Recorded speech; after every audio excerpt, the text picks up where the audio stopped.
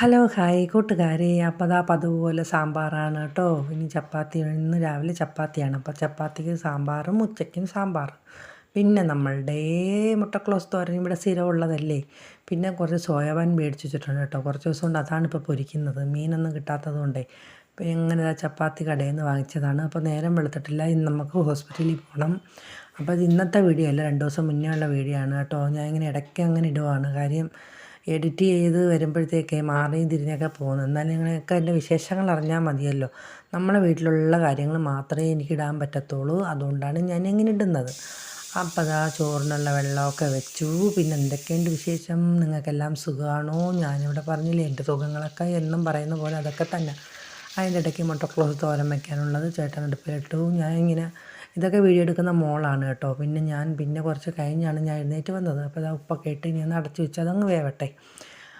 അത് കഴിഞ്ഞു. നമ്മളുടെ ചോറിനുള്ള വെള്ളം തിളച്ചു. അങ്ങനെ ഞാൻ വന്നു കേട്ടോ. ഞാൻ എണ്ണീറ്റ് വന്നായിരുന്നു.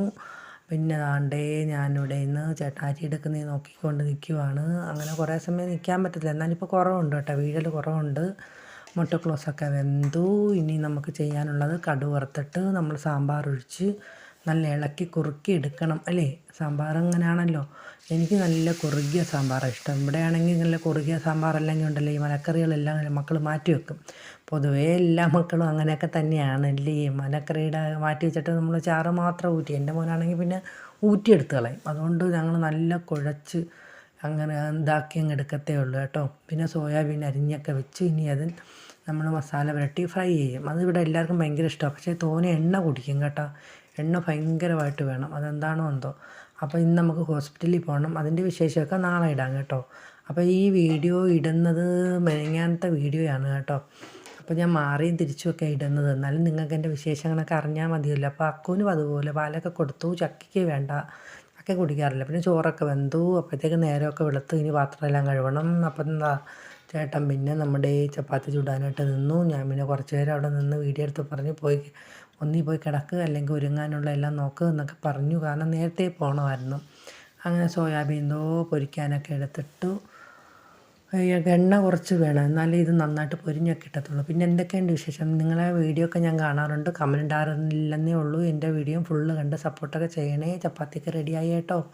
ഇതൊക്കെ തന്നെയുള്ളൂ നമ്മളെ കുഞ്ഞു കുഞ്ഞു വിശേഷം. പിന്നെ ഇതിനകത്ത് എനിക്ക് ഏറ്റവും നല്ല സന്തോഷമുള്ള കാര്യം എന്ന് വെച്ചാൽ വിനീത എന്നൊരു കൂട്ടുകാരി എൻ്റെ വീഡിയോ കാണുന്ന എല്ലാവർക്കും അറിയാം. ഞാൻ പറഞ്ഞിട്ടുണ്ട്, വിനീത അങ്ങനെ എന്നെ കാണാൻ ഓയൂരിന്ന് വന്ന്. അപ്പോൾ ഇനി അവിടെ വിശേഷങ്ങളൊക്കെ ഒന്ന് കാണാം. ഇപ്പോൾ അടുക്കളയൊക്കെ വൃത്തിയാക്കി നമ്മുടെ പണികളൊക്കെ കഴിഞ്ഞല്ലോ.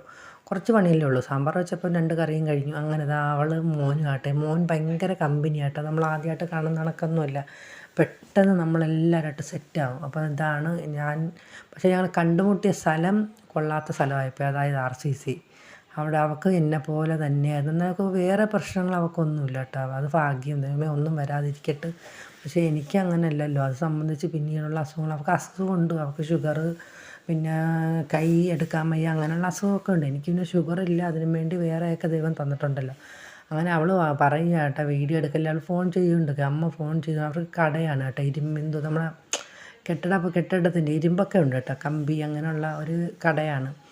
അങ്ങനെ അവളിങ്ങനെ അമ്മയാണ് കടയിൽ നിൽക്കുന്നത് കേട്ടോ. അപ്പോൾ അമ്മയെ വിളിച്ച് ഇങ്ങനെ കാര്യങ്ങളും പറയാം. ഞങ്ങളിങ്ങനെ ഓരോരോ കാര്യങ്ങൾ പറഞ്ഞുകൊണ്ടിരിക്കുന്നത്. അപ്പം ഞാൻ പറഞ്ഞിട്ട് ഈ ഫോൺ വെച്ചിട്ട് എൻ്റെ അടുത്ത് കാര്യം പറയാം. അപ്പോൾ അവൾ പറയുന്നത് അമ്മ കടയിൽ നിന്ന് വിളിക്കുക. കാര്യം എന്താണെന്ന് വെച്ചാൽ അമ്മയ്ക്ക് അത്രയ്ക്കും ആണി അങ്ങനെയുള്ള ഒരുപാട് ഐറ്റംസ് ഉണ്ട്. നമ്മൾ വീട് പണിക്കുള്ള മൊത്തം സാധനങ്ങളുണ്ട്. അപ്പോൾ അതൊക്കെ ഇങ്ങനെ വിളിച്ച് അമ്മ വില ചോദിക്കുന്നതൊക്കെ അപ്പോൾ പിന്നെ ഒരു ബുദ്ധിമുട്ടല്ലേ. അന്നേരം അവൾ അവിടുന്ന് ഇവിടം വരെ എന്നെ കാണാൻ വന്നതല്ലേ. എനിക്കത് ഭയങ്കര സന്തോഷമായി കേട്ടോ. അവൾ ഓയൂരിന്ന് ഇവിടം വരെ എന്നെ കാണാൻ വേണ്ടി മാത്രം വരുന്നു. എന്ന് വെച്ചാൽ എന്നെപ്പോലെ തന്നെയല്ലേ അവളും. അപ്പോൾ അവൾക്കറിയാം നമ്മൾ എന്തൊക്കെയാണ് അനുഭവിക്കുന്നതെന്നുള്ളത്. എൻ്റെ അത്ര ഇല്ലെങ്കിലും എന്തോ ഇതിൻ്റെ ഓപ്പറേഷൻ്റെ ഇതിൻ്റെ കാര്യങ്ങളെല്ലാം അത് അറിയാവുന്നവർക്കല്ലേ ചേർത്ത് പിടിക്കാൻ തോന്നത്തുള്ളൂ. ചില കൂട്ടുകാരികൾ പറയുന്നത് കേൾക്കാം. എന്താണെന്നറിയാമോ? ചിലർ പറയുന്നത് നിൻ്റെ വിഷമം ഞങ്ങൾക്ക് കാണാൻ വയ്യ. പക്ഷേ നമുക്ക് വിഷമത്തിലല്ലേ നമ്മൾ കൂടുതൽ അടുപ്പിക്കേണ്ടുള്ളത്. സന്തോഷം വരുമ്പം നമുക്ക് എല്ലാവരും കാണുമല്ലോ. അപ്പോൾ പിന്നെ അവൾ പോകാനൊക്കെ ഇറങ്ങി. അങ്ങനെ അവൾ യാത്ര പറഞ്ഞ് പോയി. അപ്പോൾ ഇന്നത്തെ വിശേഷം ഇത്രയൊക്കെ തന്നെയുള്ളൂ. Okay, by.